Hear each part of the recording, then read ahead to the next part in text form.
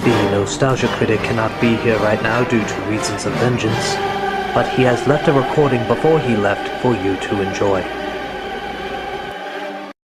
Hello, I'm the Nostalgia Critic. I remember it so you don't have to. Our childhoods kicked ass. Why? Because we were a generation raised by television, and television had cartoons, and kids loved cartoons, hence we loved television. But what were the best nostalgic cartoons? What were the groundbreakers of the 80s and 90s? The biggest innovations that shows everyone tried to rip off but could never quite duplicate? I don't know. But that doesn't mean I can't make up a top 11 list that claims that I do. Why top 11? Because I like to go one step beyond. So, sit back and enjoy the best of memory lane, the cream of the crop, the ultimate of ultimates. This is the top 11 animated nostalgic TV shows.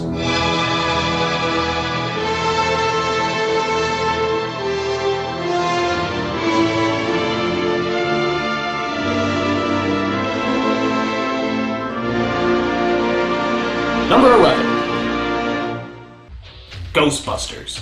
Even though it was based on a movie, Ghostbusters was a very original, very funny, and sometimes even very scary cartoon show. I always had a theory that kids like being scared more than they let on, so as long as there's a bunch of funny lines and action sequences to go along with it, chances are you'll have a really fun and inventive kid show. It was kind of like being a fireman, except instead of putting out fires, you were chasing ghosts, which is a hell of a lot cooler.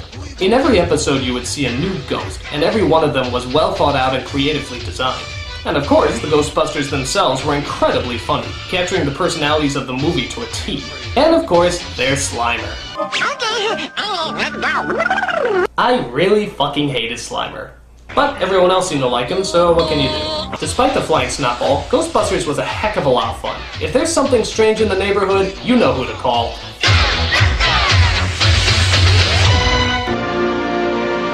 Number 10. Fox's Peter Pan and the Pirates. You wouldn't think a TV show shown every day about Peter Pan would be anything to get worked up over. But the fact of the matter is, this show was very well put together. What made it so great is that it didn't look like any of the other reincarnations of Peter Pan, but to be honest, I think it's the closest it's ever come to the original J.M. Barrie story. The characters were fleshed out, the stories were well developed, and the creative logic was actually pretty clever. For example, there's an episode where Pan steals the shadows from all the pirates. Because of this, they lose their balance and have to walk upside down. That strangely kind of makes sense. There's another episode where they actually make cloud sculptures in the sky. Dude, that's just fucking cool. Plus it had Tim Curry as Captain Hook. Seriously, how can you go wrong with that? Disgrace the Jolly Roger today, scum, and I'll lay your bones bare! It's not easy having a good time. Peter Pan and the Pirates could have been a cheap knockoff that only lasted a few episodes, but they put a lot of time and effort into it, and created something really original, as well as stay true to the original story. All of this is more than enough for Peter Pan to take the number 10 spot. Number 9. DuckTales. Even though Disney had a few shows like this before and a lot more shows after, DuckTales was the first Disney cartoon to combine some of our favorite childhood characters with old-fashioned adventure. It was mostly a treasure hunt show, which meant it led to a lot of creative locations as well as some cool booby traps. It was kind of like Indiana Jones, but with ducks. It didn't need any pop cultural references or subtle in-jokes, it just relied on good old-fashioned characters having good old-fashioned adventures. And of course, need we forget the catchiest theme song of all time? It will never leave, it will never leave. Plus, how does Scrooge McDuck dive into all that money without breaking his skull? Hasn't he converted to dollar bills yet? Well, questions like this don't really need answering when you're having oodles of feather-flinging fun. DuckTales. It will never leave. Number 8. Ren and Stimpy. This cartoon was just nuts. The animation was insane, the voices were insane, the stories were insane, and we loved every minute of it. This is pretty much what kids saw when they were on a sugar high. Absolute madness mixed with undiluted energy. It was so chaotic that even the characters didn't always look right. Like here's Stimpy in one scene, and here he is in another. They don't even look like the same species. Or how about some of these weird jokes? I'm so happy!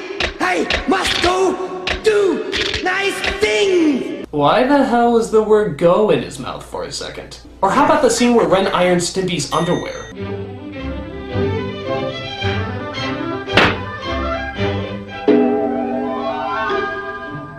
Okay, first of all, why does Stimpy wear underwear when he wears no other clothes? Why does he just place it over his crotch and not actually wear them? And why does it suddenly look and sound like a 1950s film strip?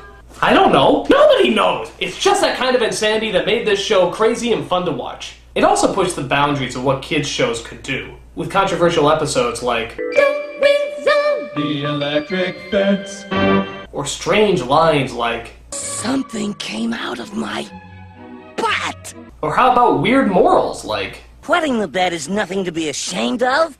You and I still do it. yeah, this was a weird show. Just the kind of kinetic energy, ludicrous logic, and crude humor that kids know and love. Ren and Stimpy, if you didn't like it, you're an idiot! You sick little monkey! Number 7. G.I. Joe. If Barbie was considered an all-girl phenomenon, then G.I. Joe was definitely the all-boy phenomenon. This show embodied everything that boys wanted to be when they grew up. Action heroes. It had guys with guns, teamwork, kick-ass gear, some huge friggin' vehicles, and professional wrestler Sergeant Slaughter. So we're celebrating by giving away Sergeant Slaughter action figures.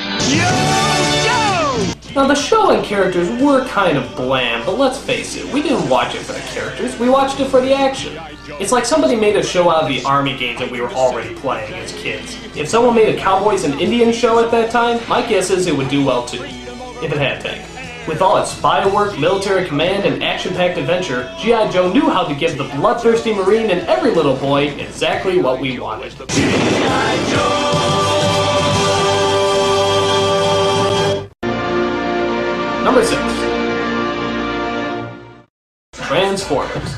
It's no wonder that one of the best marketing ideas of all time was also one of the best animated shows of all time. Again, kind of tailoring to every boy's indulgent fantasies, Transformers combined cool, kick-ass vehicles with giant alien robots. The show is about a war between the Autobots led by Optimus Prime and the Decepticons led by Megatron.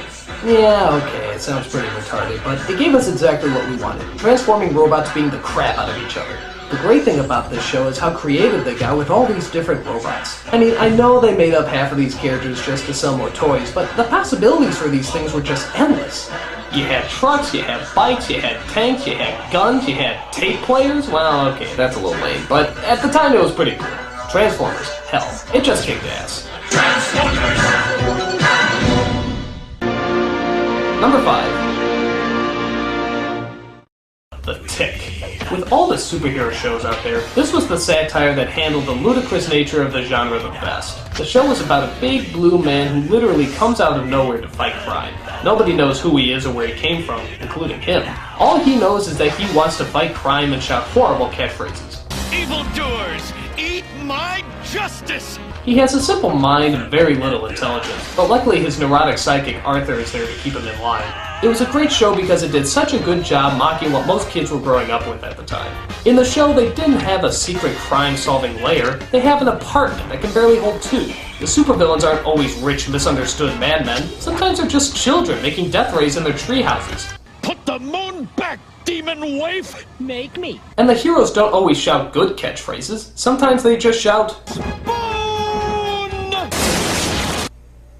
Spoon?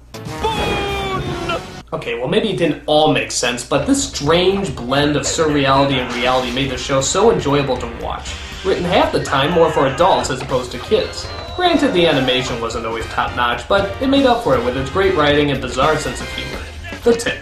We are a justice sandwich! No toppings necessary! What he said. Number 4. Teenage Mutant Ninja Turtles. Looking back, I realize this is the stupidest idea in the entire world. I mean, just listen to the title. What lobotomized monkey came up with that? I mean, it doesn't even seem real. It seems like a satire of another idea. But hey, it took the world by storm, me included. Why? Because it had action, big animals, and of course, a great sense of humor. I mean, they had Uncle Phil's The Shredder for crying out loud. I want this city to grovel at my feet now! I want all these freeloading parasites out of here!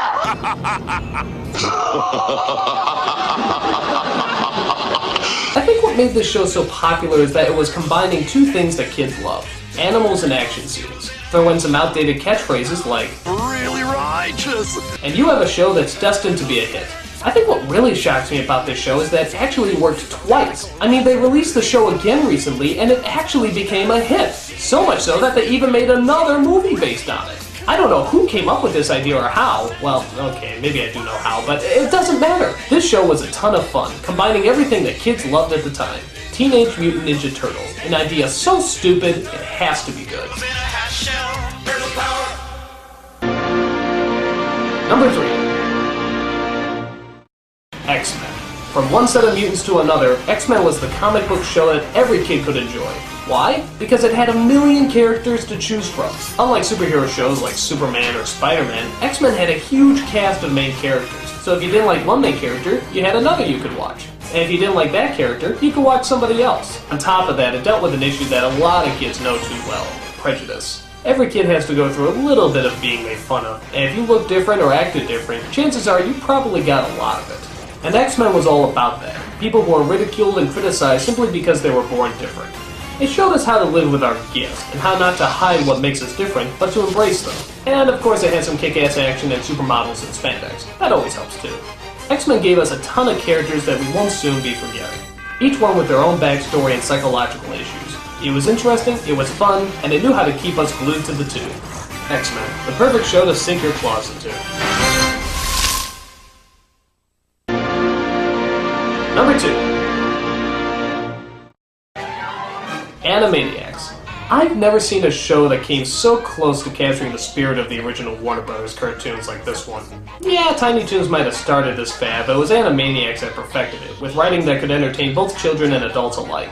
Our generation didn't grow up with shows like Carol Burnett or Laugh-In, so this is the closest thing to a variety show we had, combining great songs, lovable characters, and ingenious comedic writing. The characters in this show seemed so real that they practically leaped off the screen. Characters like the Warners, Slappy Squirrel, and Pinky and the Brain were all hilarious constructs that knew how to be likable as well as funny. It not only did a good job of making us laugh, but also educated us every once in a while, and actually made it fun. That's really hard to do. Baton Rouge, Louisiana, Indianapolis, I know now forever that Baton Rouge is the capital of Louisiana. The rest I don't know, but it is one of those kids shows that I can still watch as an adult and still totally enjoy.